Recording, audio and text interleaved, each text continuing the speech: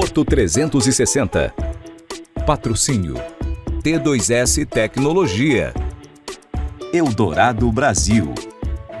Brasil Terminal Portuário. Deep Road. Apoio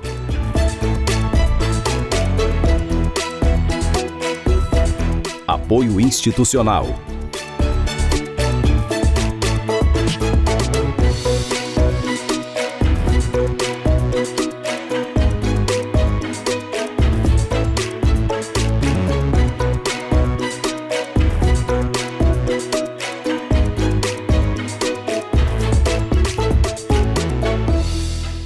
Olá, está no ar Porto 360, nosso espaço semanal para debater assuntos importantes em relação aos portos internacionais, portos do Brasil e principalmente em relação ao Porto de Santos. A tema desta semana, a pauta da nossa conversa é sobre economia dentro do setor portuário. E para isso, recebo Laine Meira, que é advogada, mestre em economia, especializada em direito público e com MBA em transporte e logística. Laine, obrigado pela tua presença aqui com a gente, que prazer enorme te ter no Porto 360 pela primeira vez. Prazer é todo meu, Maxwell. Eu que agradeço a oportunidade, né, em falar aqui para esse público tão especial, né, para quem eu gosto tanto de trabalhar. Não tenha dúvida, né? A gente é apaixonado por esse setor. O meu segundo convidado desta semana é o professor Pedro Mello, que é economista, advogado e PhD em economia pela Universidade de Chicago. Doutor Pedro, obrigado pela presença aqui, que prazer enorme te ter juntamente com a gente. Eu que agradeço. Eu tenho conexão com o Santos, porque eu sou o diretor de pesquisas da Strong Business School, que tem faculdade aí em Santos, no ABC, e nós estamos criando um grupo que eu dirijo sobre o Porto de Santos, que a gente está... A ideia é pegar os estudantes de graduação e envolvê-los em trabalhos de pesquisa, em trabalhos assim, de conhecimento, com um objetivo social de agregar assim, uma estrutura de segmento de notícias para beneficiar a sociedade local e o porto. Enfim, esse que é o objetivo. Não tenha dúvida, eu costumo dizer que dados, né, é o ouro do futuro, né? Quem tiver... a gente chama de indicadores. É criar uma série de indicadores de acompanhamento, né? Essa aqui é a intenção do nosso grupo. Vou começar pela doutora Laine, né, porque a gente acompanhou mais recentemente a questão do reporto, né, e nós percebemos que o reporto está ligado e associado diretamente às questões de investimentos dentro do nosso país. Mas nós tivemos um gap gigantesco, né, entre a reprovação por parte do presidente da República, a retorno para o Congresso, e isso gera uma lacuna muito grande, principalmente uma incerteza por parte do investidor. A gente vem com uma política de atrair investimentos internacionais, doutora. O reporto é um exemplo, né, dessa morosidade que as políticas públicas do nosso país têm para atrair investidores?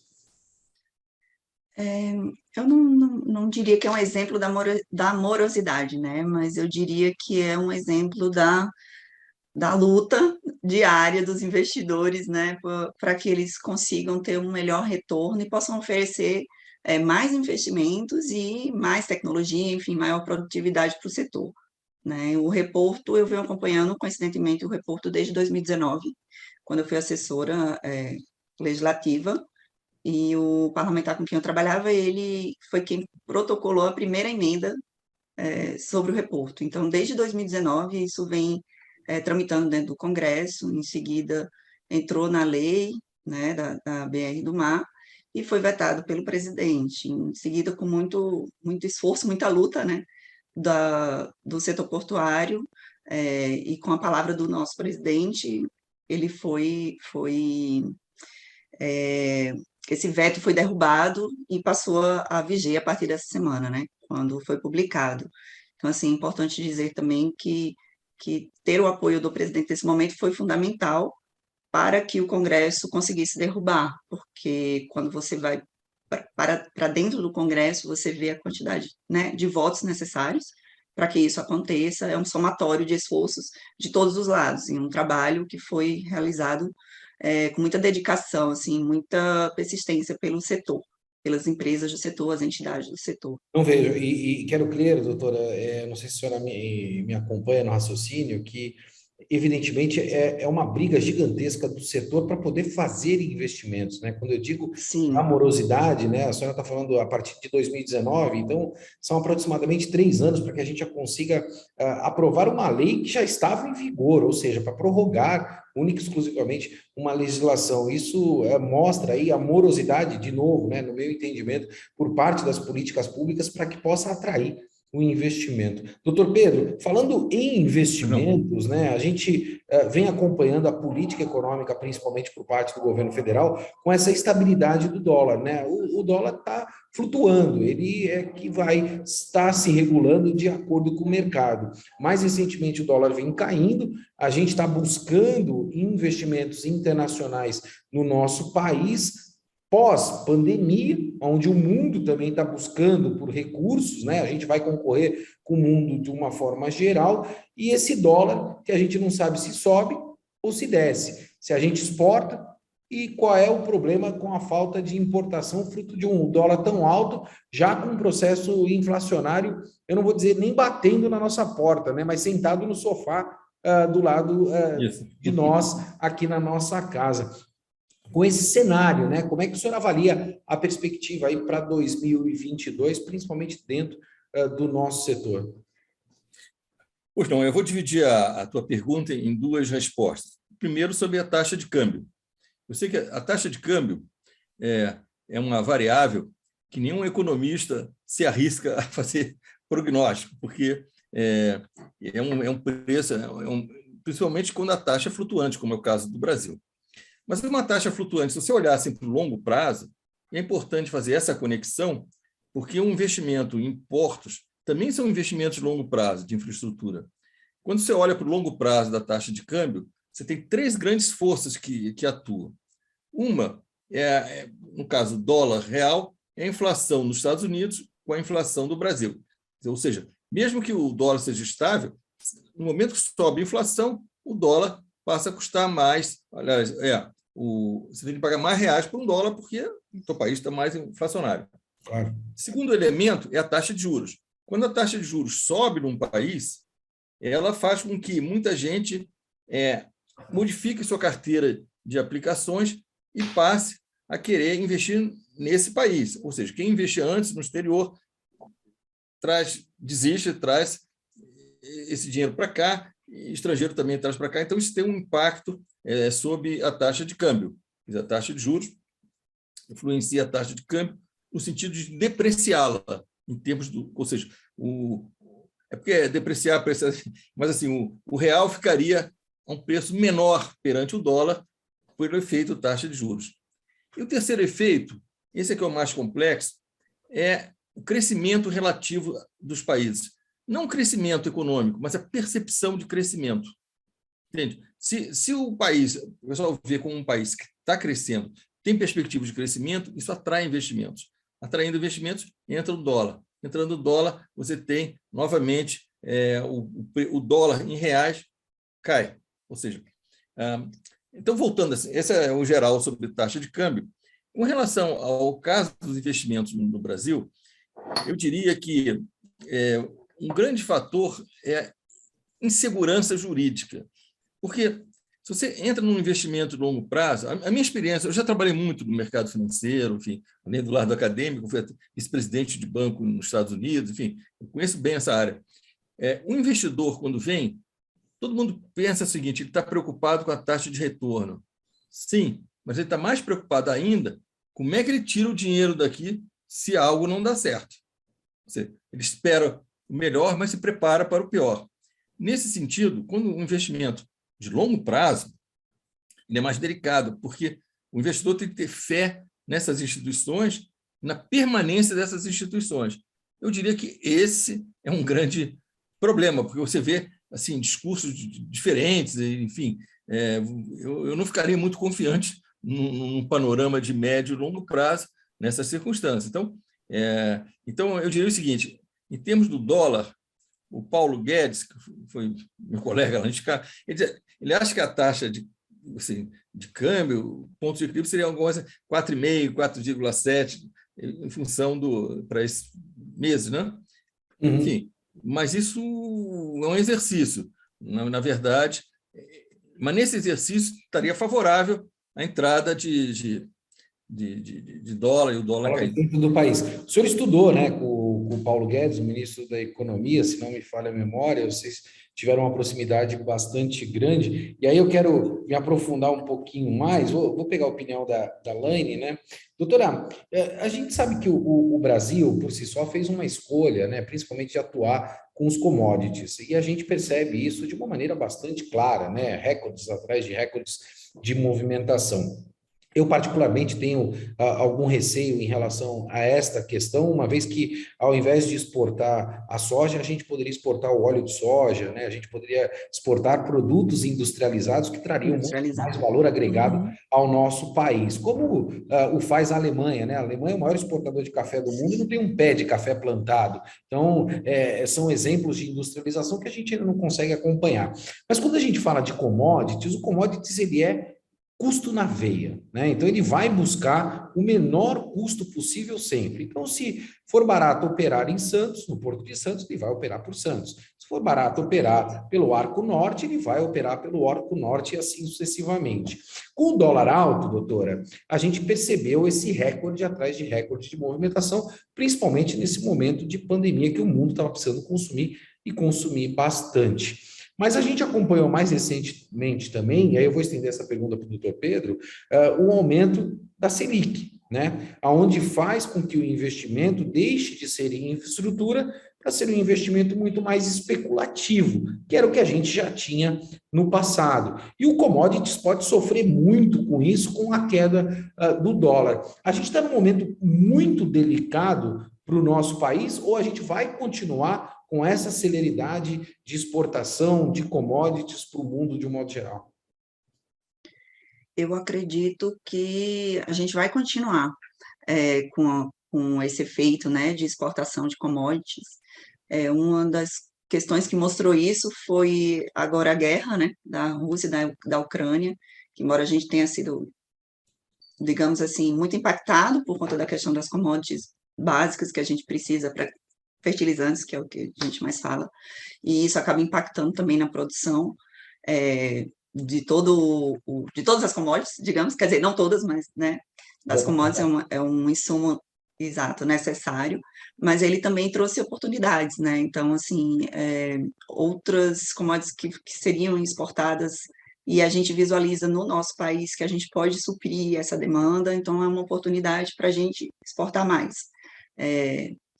E eu vejo, então, assim, obviamente que essa situação não é com bons olhos, mas, assim, eu vejo como uma oportunidade mesmo para o nosso país, para que a gente amplie a nossa exportação.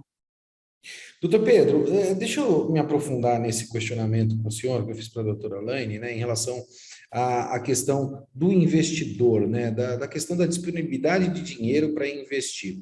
Quando o Guedes assumiu, e o Guedes declarava isso notoriamente, ele falava que nós tínhamos um país onde o investimento era especulativo, ou seja, colocava-se dinheiro aqui em virtude de uma taxa de juros alta, né, fazia sentido, apesar do risco, da instabilidade jurídica, como o senhor colocou, fazia sentido colocar dinheiro do nosso país, uma vez que a taxa de juros era alta e que a gente tinha um déficit muito grande de infraestrutura, né? O dinheiro tinha que ser investido em infraestrutura, não em especulação.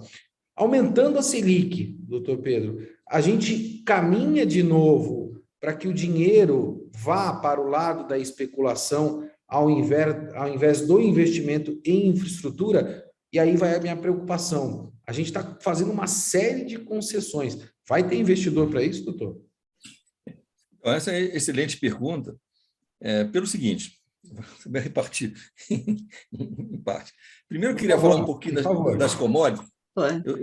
Eu sou professor da Exalc USP também, né? na parte do agronegócio, enfim. E realmente eu acho que o Brasil é privilegiado porque ele tem mais de 30 commodities em que ele é excelente nisso. Então, assim, o problema das commodities são países que é o chamado da loteria das commodities. Por exemplo, Venezuela tem petróleo. O preço do petróleo cai, ela entra em desequilíbrio. Chile, cobre, enfim. O Brasil tem agrícolas, minerais, etc. Então, isso é uma benesse, de modo geral. Segundo, esse investimento especulativo, assim, eu tenho dúvidas assim, do benefício disso. Eu prefiro muito mais um investimento estratégico, aquele investidor que traz uma empresa, que entra num setor. Esse é o investidor, vamos chamar assim, do bem. O especulativo, aí tem dois tipos. Tem aquele especulativo que, ou seja, é o tipo que entrou, então, uma visita de uma noite no hotel, ou seja, eu falo, saiu, não, vai embora. E tem aquele especulativo que ele entra para sentir o ambiente, não? Ou seja, ele quer ficar com o pé atrás, mas se ele gosta, ele fica mais. Então, ou seja, então não dá assim para você coibir nenhum desse tipo de investimentos. Todos são bem-vindos porque melhoram o caixa do país. Mas com o especulativo, aquele puro sangue, né, ele tem um problema, que é o seguinte: se ele entrar muito rápido e muito depressa, em grande volume, ele joga para baixo a taxa de câmbio. E nisso, o que acontece, por exemplo, com o agricultor? O agricultor ele está olhando para a produção dele. Ele é eficiente, ele é produtivo, etc. Mas o preço é uma incógnita para ele. Só que, à medida que você valoriza... Até porque você tem um mercado futuro, né, doutor? Exato. Eu fui diretor da BMF há alguns anos, exatamente no mercado agrícola. Na hora que você entra e o real se aprecia perante o dólar, ele perde receita. Ou seja, então... E também quem vai investir em infraestrutura, ou seja, ele afeta negativamente o panorama real de investimento na economia. Eu concordo com você. Mas, assim, o que fazer? No caso da Selic, que você fez a ponte com o Paulo Guedes, nós em Chicago, a gente é inimigo da inflação, porque a gente tem... Inflação, para nós, é um pior imposto do mundo, que recai sobre o pobre, ele tira a principal função dos preços, que é da informação. Não é que você tem inflação assim, que você não pode esperar qual o valor, o sistema de preços, que é o guia da economia, ele passa a ficar truncado. E, assim, então, a gente tem horror da inflação, que chama de monetarista. E a gente quer, então, que não tenha inflação, ou tenha inflação o menor possível, etc. Muitas vezes a política monetária é através de taxa de juros. Se a taxa de juros for elevada demais, aí sim, de repente, vai um monte de gente aqui, porque, comparativo com outros países, ou seja, eu não queria estar no lugar dele, não. Eu fiz essa pergunta de forma provocativa, porque ela tem uma associação direta entre a pergunta que eu fiz para a doutora em relação aos commodities, né? Então, quando a gente tem a negociação, principalmente em mercado futuro, né, você pode ter essa volatilidade que eu acabei de pontuar nos investimentos, e isso pode afetar a exportação de commodities, né? E aí a gente começa a pensar mais em armazenar o nosso commodities do que vender, para que a gente possa ter o ágio efetivo desse commodity, uma vez que o exportador está acostumado a rentabilizar com o dólar na casa de 5,50, não na casa de 4,50 ou 4,20, que é a expectativa de alguns órgãos financeiros. Mas vamos aprofundar um pouco mais essa nossa discussão, né, doutora? Eu vou começar pela senhora.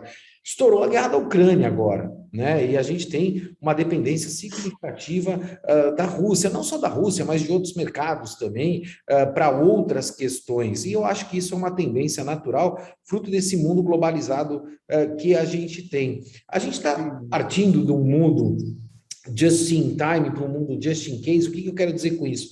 A gente vai começar a armazenar muito mais aquilo que de necessário a gente precisa ter para o interesse do país. Os Estados Unidos começou a fazer isso, percebeu uma dependência gigantesca da China e falou, opa, vamos começar a desenvolver a indústria nacional de novo, porque a gente depende muito da China.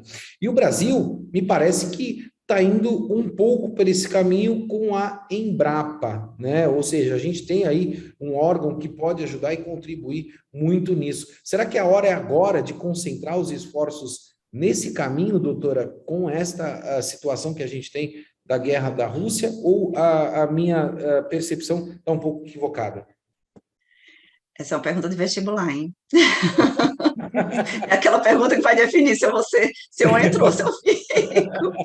Estou inspirado hoje, né, doutora? Hoje eu estou Está inspirado. inspirado. Eu acho que essa é uma tendência mundial dos países, né? Pelo fato da experiência que a gente está passando, né? Que a gente está vivendo. Acho que todo mundo começou a olhar um pouco mais para dentro de casa e dizer assim, poxa, a gente não precisa e não pode depender tanto de outros países, né? Existe até uma discussão sobre a questão da globalização, que foi exatamente o que fez com que essa dependência aumentasse. Mas hoje em dia, o que se tem questionado é exatamente um retorno, né? Digamos assim, a quando se pensava que, primeiramente, você tem que suprir as necessidades do seu país para depois você exportar. Então, eu confesso que assim, eu ainda tenho pensado sobre essa nova situação. Eu acho que talvez a gente ter uma quantidade tal disponível para casa, né? Digo, para o Estado internamente, que não faça com que a gente dependa de outros países para sobreviver, enfim, para produzir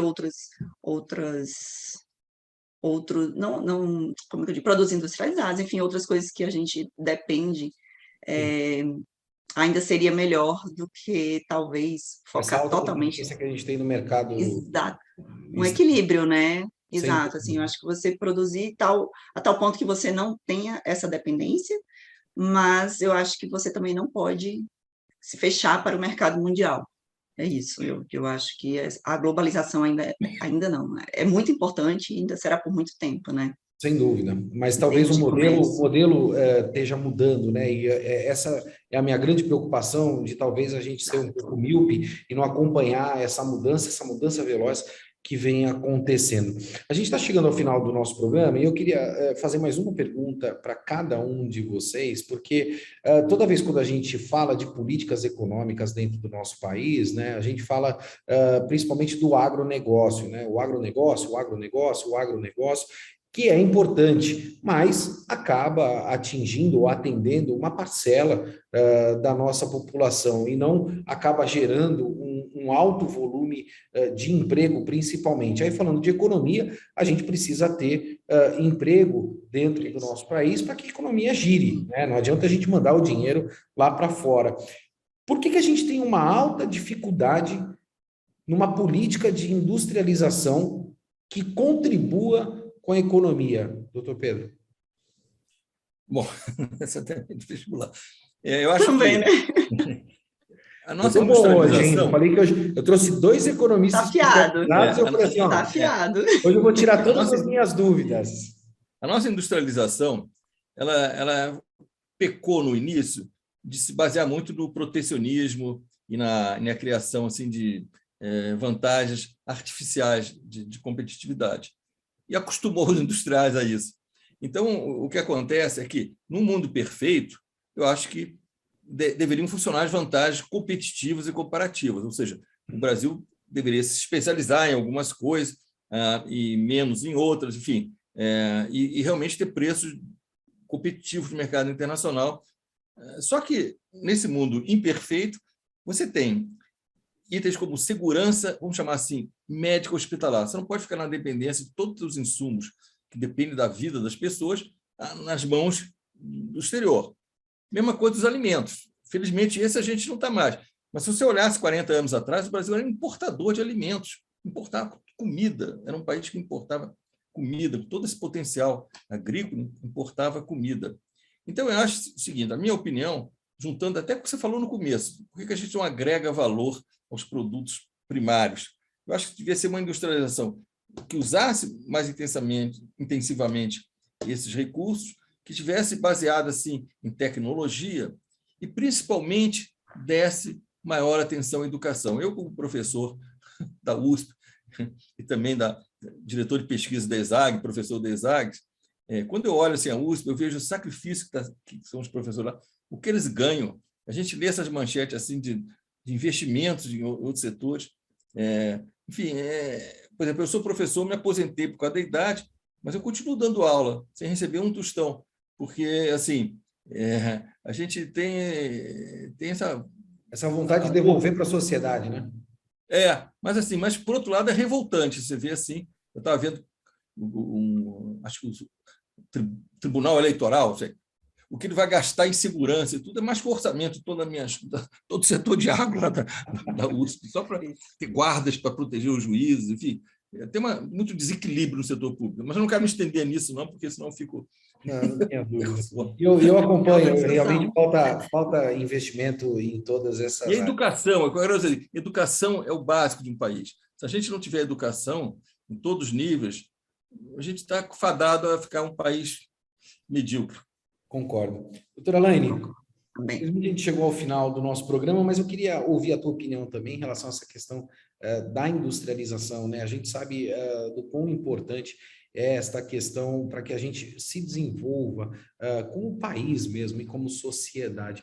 Como é que está a tua visão nesse ponto específico, uma vez que a gente virou um grande celeiro do mundo, né? Um corredor de exportação de commodities pelos portos do nosso país? Aí eu vou colocar a minha opinião, assim, muito pessoal, sabe? Eu acho que, de fato, a industrialização ela é muito importante. A gente sempre viu a industrialização como um grande capital para geração de emprego econômico, mas, ao mesmo tempo, se você olhar para uma outra vertente, você vê que a informatização, né, que está na industrialização, ela também tem tirado muitas oportunidades, né? E as pessoas têm que se reinventar dia a dia. Então, assim, é mais uma pergunta, assim, né, que eu acho que requer muito cuidado, assim, também muito estudo, né, digamos assim, né, você entender mais a fundo a dinâmica de tudo. Pro lado da economia, você fazer pesquisas com números para poder você se pautar com mais certeza dessas afirmativas, mas eu acho que são coisas questionáveis, porque hoje a gente está vivendo um momento em que a gente está vendo o quão necessário é você produzir, né? Sim, então, o quão necessário é o primário, né? E todo o resto depende disso, que é o básico. Então, até que ponto... Eu só queria fazer Por favor. Eu voltei uma semana e meia atrás dos Estados Unidos, eu tenho família lá, minha nora, meu filho, etc. E a gente está conversando sobre cyber security, segurança cibernética. Lá nos Estados Unidos, ela está me mostrando, tem 511 mil ofertas de emprego para pessoas especializadas nessa área. 511 mil. Se você pegar assim, certos setores da indústria do Brasil, não empregam esse número de pessoas. Ou seja, tem essa tecnologia, mas a gente tem que redirecionar a educação para onde precisa, para onde não precisa. Exato. Eu concordo. E o primeiro passo é a gente reestruturar, principalmente o processo de educação dentro do nosso país. No Brasil também a gente tem uma alta demanda por profissionais de tecnologia que a gente não consegue atender. Eu, mais recentemente, escrevi um artigo até dizendo sobre o colapso da área de tecnologia da informação nos próximos 5 anos. E isso vai acontecer porque a gente não está capacitando, e o modelo universitário ainda é um modelo que está seguindo aí, ou sendo regido pela metodologia lá dos anos 90, anos 2000, e a gente tem muita coisa nova chegando e a gente precisa ter essas... E até os anos 60. Eu não quis ir tão longe, doutor. Eu acompanho o nosso ministro, né? O ministro da Infraestrutura, Tarcísio Gomes de Freitas, que no evento que nós fizemos mais recentemente, disse que ele não esperava viver para ver iniciativa privada pedindo para que o governo não fosse tão veloz. E é assim que eu espero que o governo tenha essa celeridade para que a gente possa desenvolver os portos do nosso país e também a economia. Eu vou ficando por aqui, como você bem sabe, movimentando muito mais do que informação. Um forte abraço e até semana que vem. Porto 360. Patrocínio. T2S Tecnologia. Eldorado Brasil. Brasil Terminal Portuário. Deep Road. Apoio.